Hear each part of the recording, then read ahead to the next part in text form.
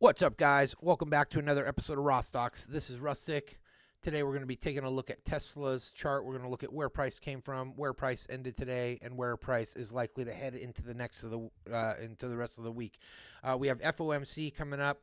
That is going to be a big market mover, I anticipate. We've already started to see maybe an early sell-off. Could just be a liquidity sweep related to FOMC happening tomorrow. But we're going to be watching to see how that event unfolds and what kind of news we get from the Fed. Before we get really started digging into the charts, don't forget to check out the links in the description below where you can find the link to the Rawstocks Discord. That is my personal Discord where we're giving free membership just to join the regular chats in the community, plus free market education and technical analysis, as well as some additional things if you sign up for premium. Premium's normally $10, but we got a coupon code right now that is also in the description below, and you sign up for premium on wap.com/Rawstocks, and you use the code only10. I think there's about 2 or 3 codes left for that, and you can get 1 month worth of free membership. Premium membership. And on that premium membership, you get access to the private premium chat. You get access to our live video book study where we're talking about ICT smart money concepts, specifically from a book by Lumi Traders. Links in the description below to that book. And you also get access to the Rawstocks simulated trade callouts. Using options callouts specifically for Tesla, but sometimes we throw some other things in the mix as well. So now that we got that aside, let's go ahead and look at the charts and see what price is telling us. Okay, we had those kind of levels that we were talking about previously on the Thursday high, Thursday low of last week, and we were looking for that range to break out. Sure enough, we gapped over it. Traded up a little bit into the daily gap and the volume imbalance here. Then we saw a sell-off throughout the day. We did not close candle body even below the high of Monday. So that was showing us some strength on the daily close. Now we'll dig in and we'll look a little bit at after hours price movement and see maybe if there's some signs of what's going on even further, and we'll have to see what happens during the overnight sessions. But it doesn't look great. I'm going to show you a couple things we could be watching for to see, if we get some more clues. But right now, according to the daily chart, again, we had a candle that did not close below the close of yesterday. So not a bad look, even though we gapped up and traded down, still look good from this perspective.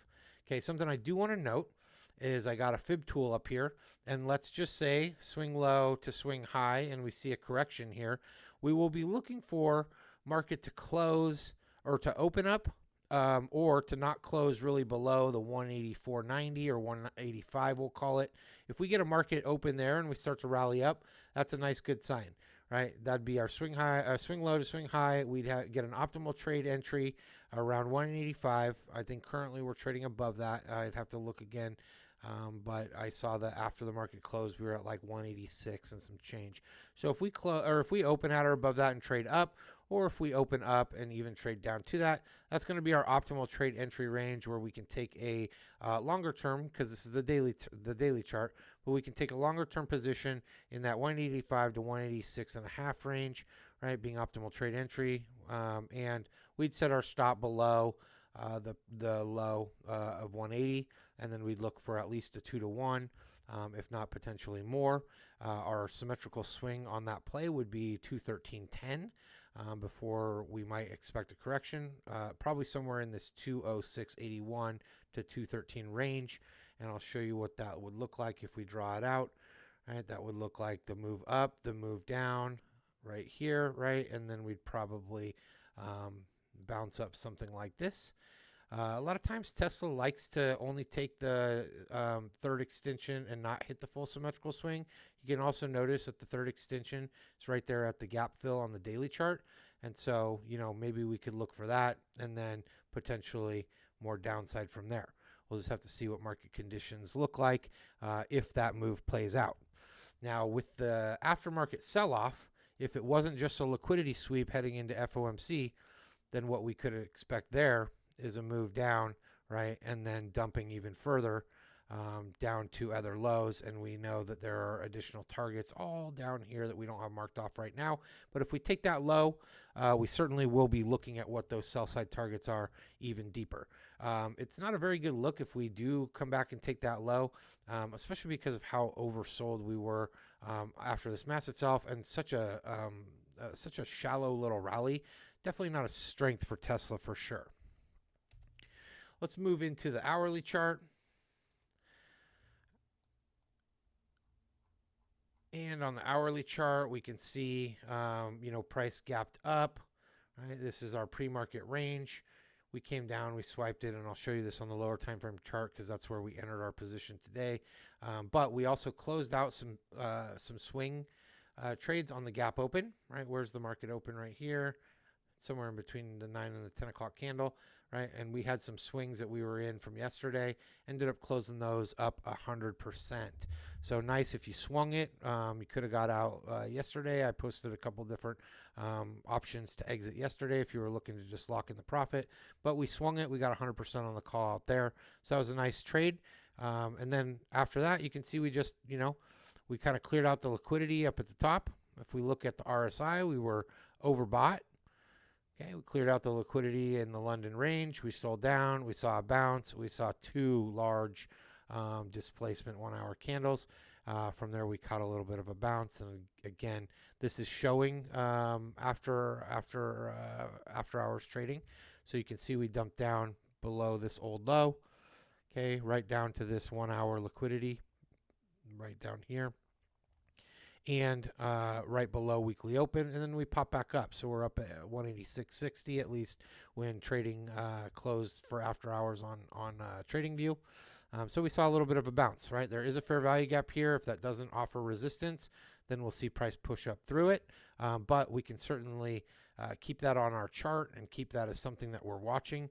Is this 1 hour bearish fair value gap? So it's going to be red, right? And so if price doesn't start to find some support and rally up, what we could look for tomorrow is potentially trade up maybe to consequent encroachment of that fair value gap and then come back down and run these lows and then possibly even run the low on 180. So that's going to depend on FOMC and whether the market finds what Fed Powell says as bullish or bearish.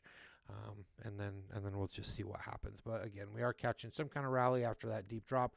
And if you look at all the other assets, most of them are trading down too. So it wasn't just a Tesla thing. The market just flushed prior to FOMC. Maybe somebody knows something we don't know. Maybe the market's a little bit spooked about what Jay Powell is going to come out and say. But nonetheless, a lot of assets were selling down into the after hours session. So let's take a look at the 15-minute chart. Again, 15-minute chart, we got our London range, right? We talked about this in the book study. We talked about this yesterday. We talked about it on lots of other videos. Had the London range, right? Our 930 candle came down, flushed out the London range stops, cleared out the liquidity on the sell side, rallied up, cleared out the liquidity on the buy side, hitting it nearly perfectly, and then sold down. And then we saw a little bit of a bounce, and then we saw continuation. Basically after market closed is where we really saw that sell down happened. So nothing else that's really showing me on this chart besides we took the liquidity in this low here with this gray line, flushed down, basically got down to liquidity here in last Friday's some of last Friday's lows, and then we saw a little bit of a relief bounce from there. If you look, we got a 15-minute, we had an oversold reading as it flushed. Then our bounce gave us a little bit of support on the RSI. Last thing we're going to look at is the 1-minute chart. The 1-minute chart is where I'm taking my entries, taking my exits, and I am looking for specific setups. Right now I'm using the elements of a trade setup. I've explained this many times, but the elements of a trade setup is basically where you see I'm looking at a certain time macro. So when trading Tesla, I'm looking to enter the trade between 9:30 and 11, and then I'm looking for certain criteria to be met. Okay, the criteria I'm looking to be met is first a run on liquidity, then a market structure shift, and then a return to a fair value gap, and then a deliver on old highs or additional liquidity. What I've noticed on Tesla is a lot of times it'll run out the London higher low, it'll reverse, it'll run out the London higher low in the opposite direction, and then it'll pick a direction of the trend. So we can see that clearly here. The pink lines right here are London high and low. Okay, actually this green line coincides with the pink line of a liquidity level, but green line, pink line here. Okay, so heading into market open or right at market open, right? 9:30 candle, 1 minute. Okay, we head down, we run on liquidity, right? There's our delivery on liquidity, and I'll annotate this as we go. Okay, so run on liquidity, or DOL if you want to annotate it as delivery on liquidity. And then I will look at our time frame macro that we're specifically watching, which is our 9:30 all the way till 11 o'clock. So let's box that off so we can see where those trades are looking to be entered. Okay, so within this box here is our time zone that we're looking at. So we get, again, we get our run on liquidity. And then what are we looking for? We're looking for a market structure shift. So we can see here, right? Change of character is our market structure shift. And you can also see that there is a fair value gap right here. So you can take that fair value gap. Doesn't matter that it ends up getting closed so much because we're looking for price to specifically run back to the buy side. Okay, so if we're looking at this being our entry point, then we'll use our long tool. Let's just say we take consequent encroachment. Okay, we're going to set our stop loss below the old low. We're going to target a 2-to-1. And you can see our 2-to-1 nearly hits perfectly, extends just a little bit over, right up to that London high, wicks through it, and reverses. So you could take either of those, you can take that fair value gap. It is a little bit, I think, outside of, it does not meet the criteria, even though it's not necessarily criteria that I need to happen, but this fair value gap is above equilibrium, so it does not come back down into discount. Okay, so this was my entry, right? We came up, you could have taken the quick scalp, right, above these highs, and that's your scalp. I let it cycle back down. What I saw is that we came back down to optimal trade entry. So if you waited, here's your second opportunity, or if you took the quick scalp, here's another re-entry opportunity, right? So scalp trade here, or you wait, entry here, back on optimal trade. Maybe you want confirmation and you don't want to take the optimal trade. You also get a fair value gap right here. Okay, so if you didn't grab that entry and you didn't take this entry and let it ride like I did, you cycle back down into fair value gap, right? Displacement, that's confirming that we're in the right move. Stop loss is still the same on all of these entries. Run it up all the way to symmetrical swing to our 2-to-1 risk reward ratio, right? And also if you took that in, where is it? If you took it in optimal trade entry, right, that becomes a 4.7-to-1. If you took it back up at this other fair value gap, it's a 2.32. So you can adjust your take profit, accordingly if you want, back down to a 2, so it makes it a little bit easier to hit. Regardless, all of them hit no matter what, right? Smart money concepts and sniper entries, sniper exits, hit it with a wick, right? And at that point, right, we are more or less, I had called it, or I thought I called it for a day. I entered another trade, somewhere near the end of the time macro that I was willing to trade, and the trade ended up getting stopped out. But there were other entries as well. If you look at them using the same concepts, and you could have taken those as well. Right here, we have a fair value gap, right? And so you can just start tracking these to see if we come back and hit them. Here we get our change of character to the downside. We pop up. We never actually hit that fair value gap. So that's an entry that may not have been taken necessarily. You also see some additional fair value gaps, and we can see if any of those come back up to hit them. You can see on this move down, pop back up to fair value gap. Where would we target?